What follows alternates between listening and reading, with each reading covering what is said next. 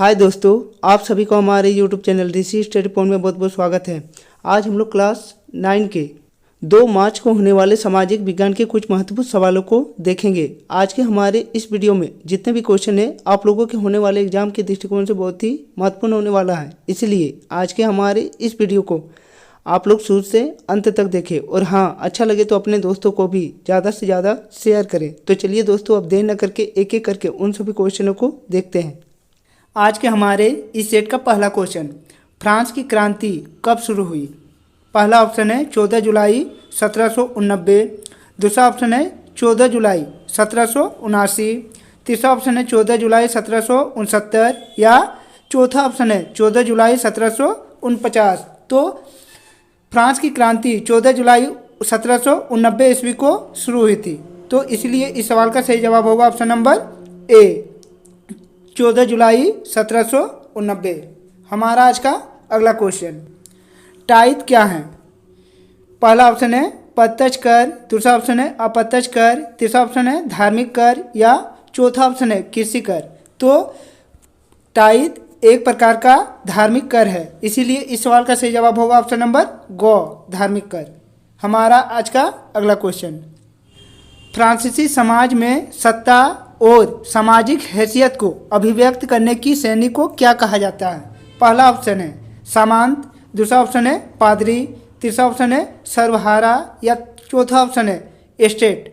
तो इस सवाल का सही जवाब होगा ऑप्शन नंबर घ, स्टेट। हमारा आज का अगला क्वेश्चन, मार्सिले क्या है?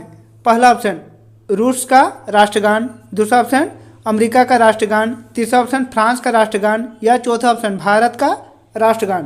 तो मार्सिले फ्रांस का राष्ट्रगान का नाम है, इसलिए इस सवाल का सही जवाब होगा ऑप्शन नंबर गो, फ्रांस का राष्ट्रगान।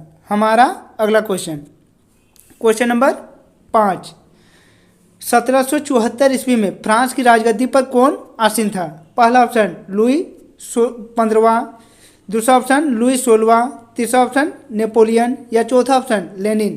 तो 1794 ईस्वी में फ्रांस की राजगद्दी पर लुई 16वां आसीन था, इसलिए इस सवाल का सही जवाब होगा ऑप्शन नंबर ख, लुई 16वां।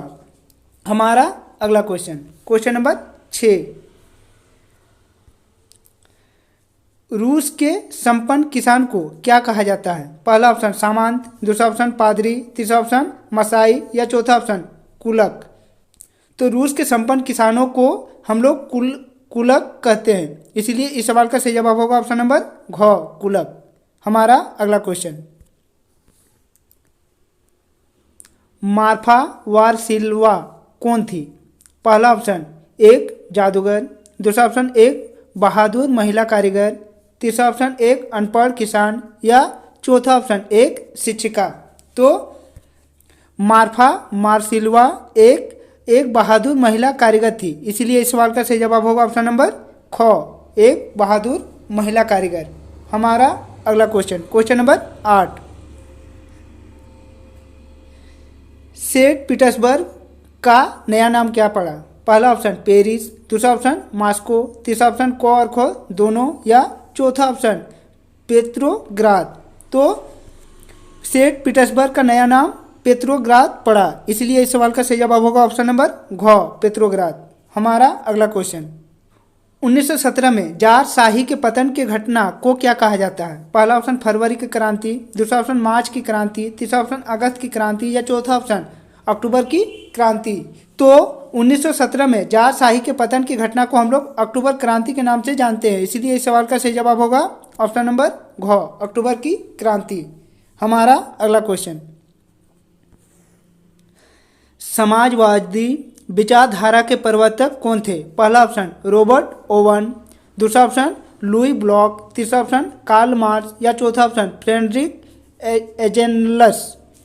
तो इस सवाल का सही जवाब होगा ऑप्शन नंबर क, रॉबर्ट ओवन। हमारा अगला क्वेश्चन, भारत के कुल भूभाग का क्षेत्रफल कितना है? पहला ऑप्शन 38.2 लाख वर्ग किलोमीटर, दूसरा ऑप्शन 32.8 लाख वर्ग किलोमीटर, तीसरा ऑप्शन 328 लाख वर्ग किलोमीटर या चौथा ऑप्शन 30.28 लाख वर्ग किलोमीटर। तो भारत के कुल भूभाग का क्षेत्रफल 32.8 लाख वर्ग किलोमीटर है। इसीलिए इस सवाल का सही जवाब होगा ऑप्शन नंबर ख, 32.8 लाख वर्ग किलोमीटर। हमारा अगला क्वेश्चन, भारत का सबसे पूर्वी देशांतर कौन सा है? पहला ऑप्शन 97.25 मिनट पूर्व, दूसरा ऑप्शन 77.6 मिनट पूर्व, तीसरा ऑप्शन 68.7 मिनट पूर्व या चौथा ऑप्शन 82.30 मिनट पूर्व। तो इस सवाल का सही जवाब होगा ऑप्शन नंबर क, 97.25 मिनट पूर्व। हमारा अगला क्वेश्चन, नेपाल देश की सीमा किस राज्य से नहीं लगती है? पहला ऑप्शन उत्तराखंड, दूसरा ऑप्शन उत्तर प्रदेश, तीसरा ऑप्शन बिहार, चौथा ऑप्शन झारखंड। तो नेपाल इन राज्यों में से झारखंड से नहीं छूती हैं, इसीलिए इस सवाल का सही जवाब होगा ऑप्शन नंबर घ, झारखंड। हमारा अगला क्वेश्चन, भारत को भौगोलिक आकृति के दृष्टिकोण से कितने भागों में विभाजित किया जाता है? पहला ऑप्शन 4, दूसरा ऑप्शन 5, तीसरा ऑप्शन 6 या चौथा ऑप्शन 7। तो भारत को भौगोलिक आकृति के दृष्टिकोण से 6 भागों में विभाजित किया जाता है, इसीलिए इस सवाल का सही जवाब होगा ऑप्शन नंबर ग, 6। हमारा अगला क्वेश्चन, क्वेश्चन नंबर 15, हिमालय में स्थित भारत की सबसे ऊंची चोटी कौन सी है? पहला ऑप्शन माउंट एवरेस्ट, दूसरा ऑप्शन कंचनजंगा, तीसरा ऑप्शन मकालू या चौथा ऑप्शन धौलागिरी। तो हिमालय में स्थित भारत की सबसे ऊंची चोटी कंचनजंगा है, इसीलिए इस सवाल का सही जवाब होगा ऑप्शन नंबर ख, कंचनजंगा। आज का हमारा अगला क्वेश्चन, पूर्वांचल श्रृंखला का कौन सा भाग नहीं है? पहला नागा पर्वत, दूसरा मिजो पर्वत, तीसरा पटकोर पर्वत या चौथा शिवालिक पर्वत। तो पूर्वांचल श्रृंखला में शिवालिक पर्वत नहीं है, इसलिए इस सवाल का सही जवाब होगा ऑप्शन नंबर घ, शिवालिक पर्वत। हमारा अगला क्वेश्चन, एक स्थलीय भाग जो चारों ओर से समुद्र से घिरी होती है कहलाती हैं? पहला तट, दूसरा द्वीप, तीसरा प्रायद्वीप या चौथा इनमें से कोई नहीं। तो जो स्थलीय भाग चारों ओर से समुद्र से घिरी होती है उन्हें द्वीप कहते हैं, इसीलिए इस सवाल का सही जवाब होगा ऑप्शन नंबर ख, द्वीप। हमारा आज का अगला क्वेश्चन, गंगा मैदान में वेदिका जैसी आकृति किस भाग से प्रदर्शित होती है? पहला भाबर, दूसरा भांगर, तीसरा खादर या चौथा तराई। तो गंगा मैदान में वेदिका जैसी आकृति भांगर भाग में प्रदर्शित होती हैं, इसीलिए इस सवाल का सही जवाब होगा ऑप्शन नंबर ख, भांगर। हमारा आज का अगला क्वेश्चन, गंगा नदी का उद्गम कहाँ से है? पहला अमरकंटक, दूसरा गंगोत्री, तीसरा मानसरोवर या चौथा सप्तकोशी। तो गंगा नदी का उद्गम स्थान गंगोत्री है, इसीलिए इस सवाल का सही जवाब होगा ऑप्शन नंबर ख, गंगोत्री। हमारा आज का अगला क्वेश्चन, डल झील किस राज्य में स्थित है? पहला ऑप्शन जम्मू कश्मीर, दूसरा ऑप्शन हिमाचल प्रदेश, तीसरा ऑप्शन लद्दाख या चौथा ऑप्शन राजस्थान। तो डल झील जम्मू कश्मीर में स्थित है, इसीलिए इस सवाल का सही जवाब होगा ऑप्शन नंबर क, जम्मू कश्मीर। हमारा आज का अगला क्वेश्चन, गेहूं, चना, जौ आदि किस प्रकार की फसलें हैं? पहला ऑप्शन रबी फसल, दूसरा ऑप्शन खरीफ फसल, तीसरा ऑप्शन रबी और खरीफ दोनों या चौथा ऑप्शन नकदी फसल। तो गेहूं, चना और जौ रबी फसल का उदाहरण है, इसीलिए इस सवाल का सही जवाब होगा ऑप्शन नंबर क, रबी फसल। हमारा आज का अगला क्वेश्चन, हरित क्रांति की मुख्य विशेषताएं हैं। पहला ऑप्शन गेहूं तथा चावल में अप्रत्याशित वृद्धि, दूसरा ऑप्शन ज्वार तथा बाजरा में उत्पादन में वृद्धि, तीसरा ऑप्शन गन्ने की खेती में अप्रत्याशित वृद्धि, तीसरा ऑप्शन चौथा ऑप्शन नकदी फसलों के उत्पादन में वृद्धि। तो हरित क्रांति का मुख्य विशेषता गेहूं तथा चावल में अप्रत्याशित वृद्धि होती है, इसीलिए इस सवाल का सही जवाब होगा ऑप्शन नंबर क, गेहूं तथा चावल में अप्रत्याशित वृद्धि। हमारा आज का अगला क्वेश्चन, क्वेश्चन नंबर 23, बहुविध फसल प्रणाली किसे कहते हैं? पहला ऑप्शन एक वर्ष में किसी भूमि पर एक फसल पैदा करना, दूसरा ऑप्शन एक वर्ष में किसी भूमि पर कोई भी फसल पैदा नहीं करना। तीसरा ऑप्शन, एक वर्ष में किसी भूमि पर एक से ज़्यादा फसल पैदा करना। या चौथा ऑप्शन, इनमें से कोई नहीं। तो बहुविध फसल प्रणाली का मुख्य विशेषता एक वर्ष में किसी भूमि पर एक से ज़्यादा फसल पैदा करना होता है। इसीलिए इस सवाल का सही जवाब होगा ऑप्शन नंबर गौ। हमारा आज का अगला क्वेश्चन, अपनी आजीविका के लिए श्रवण ने एक डेयरी दुकान खोली है। श्रवण की यह क्रिया किस प्रकार की क्रिया है? पहला, कृषि क्रिया, दूसरा गैर कृषि क्रिया, तीसरा अनार्थिक क्रिया या चौथा इनमें से सभी। तो डेयरी का दुकान एक प्रकार का गैर कृषि क्रिया का उदाहरण है। इसलिए इस सवाल का सही जवाब होगा ऑप्शन नंबर ख, गैर कृषि क्रिया। हमारा अगला क्वेश्चन, HYV का क्या तात्पर्य है? पहला, कम उत्पादन करने वाले बीज, दूसरा अधिक उत्पादन करने वाले बीज, तीसरा अच्छे उत्पादन करने वाले बीज या चौथा खराब उत्पादन करने वाले बीज। तो HYV का शाब्दिक अर्थ अधिक उत्पादन करने वाले बीज होती हैं। इसीलिए इस सवाल का सही जवाब होगा ऑप्शन नंबर ख, अधिक उत्पादन करने वाले बीज। हमारा अगला क्वेश्चन,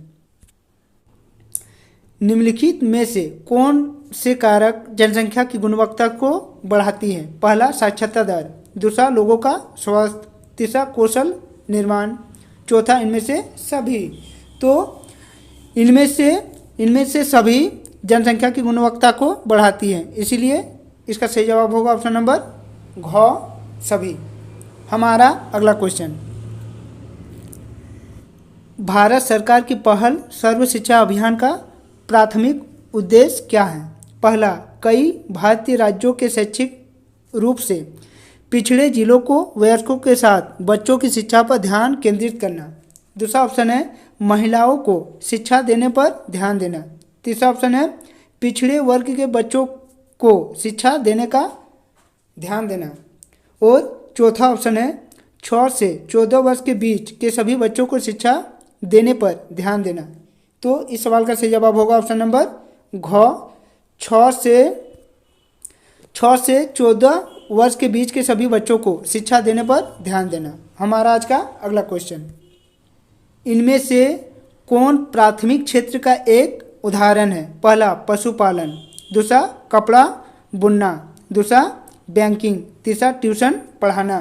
तो इनमें से प्राथमिक क्षेत्र का उदाहरण पशुपालन है। इसलिए इस सवाल का सही जवाब होगा ऑप्शन नंबर क, पशुपालन। हमारा अगला क्वेश्चन, किसी एक खेत में 5 लोग काम करते हैं। यदि उनमें से 2 लोग को हटा दिया जाए तो उत्पादन पर कोई प्रभाव नहीं पड़ता है। यह किस प्रकार की बेरोजगारी को इंगित करता है? पहला, मौसमी बेरोजगारी, दूसरा प्रत्यक्ष बेरोजगारी, तीसरा शिक्षित बेरोजगारी या चौथा इनमें से कोई नहीं। तो इसका सही जवाब होगा ऑप्शन नंबर ख, प्रत्यक्ष बेरोजगारी का उदाहरण है। हमारा अगला क्वेश्चन, शिक्षा एवं स्वास्थ्य द्वारा विकसित किए गए मानव को अर्थशास्त्र में क्या कहा जाता है? पहला, मानव पूंजी, दूसरा स्थानीय पूंजी, तीसरा अस्थायी पूंजी या चौथा कार्यशील पूंजी। तो इस सवाल का सही जवाब होगा ऑप्शन नंबर क, मानव पूंजी। हमारा अगला क्वेश्चन, लोकतंत्र शासन का वह रूप है जिसमें ऑप्शन क, शासक वंशानुगत हो, दूसरा चुनाव में धन बल का प्रयोग हो, दूसरा जनता शासकों का चुनाव करती हो, चौथा है सेना शासन को अपने हाथों में ले। तो इस सवाल का सही जवाब होगा ऑप्शन नंबर ख, जनता शासकों का चुनाव करती हो। हमारा आज का अगला क्वेश्चन, चीन में राष्ट्रपति नियुक्ति करने का अधिकार किसे है? पहला, कम्युनिस्ट पार्टी, दूसरा राष्ट्रीय जन संसद, तीसरा है प्रधानमंत्री या चौथा है इनमें से कोई नहीं। तो चीन में राष्ट्रपति नियुक्ति का अधिकार राष्ट्रीय जन संसद को है। इसलिए सवाल का सही जवाब होगा ऑप्शन नंबर ख, राष्ट्रीय जन संसद।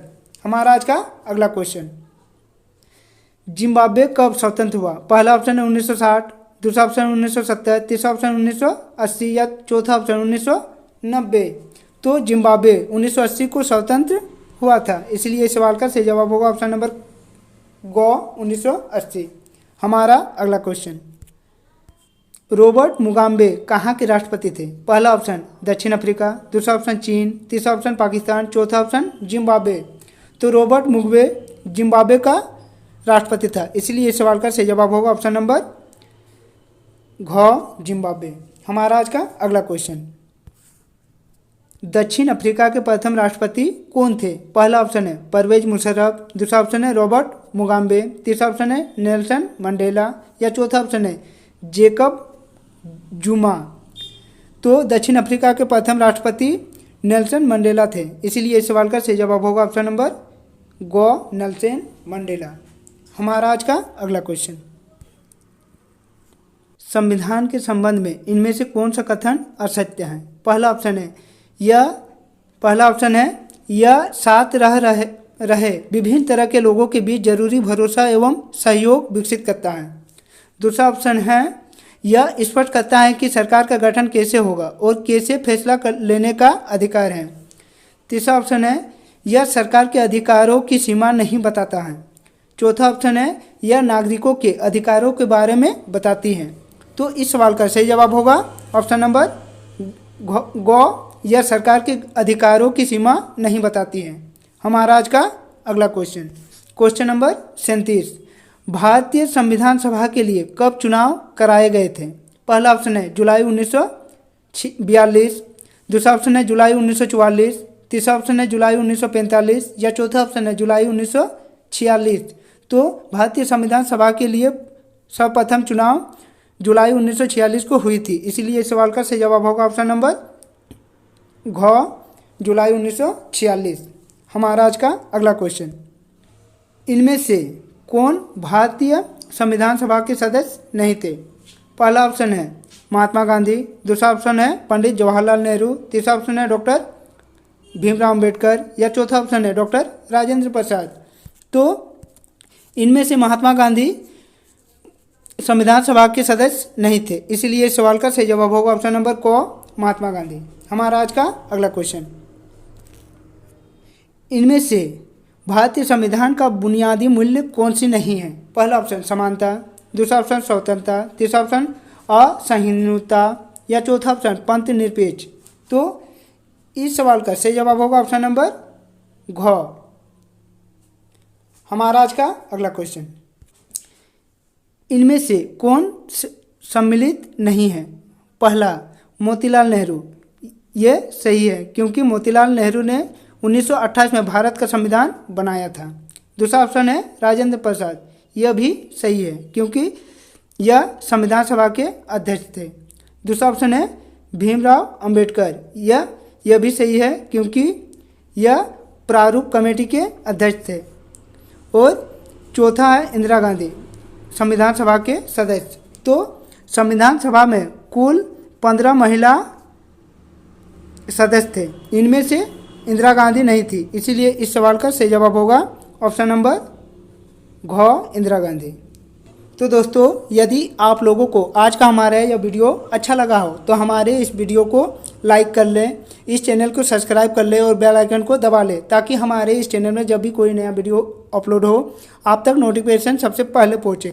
तो चलिए दोस्तों, और एक नए वीडियो के साथ फिर मिलते हैं, तब तक के लिए बाय। और हाँ, अपने दोस्तों को शेयर करना ना भूलें, हमारे चैनल को सब्सक्राइब कर लें।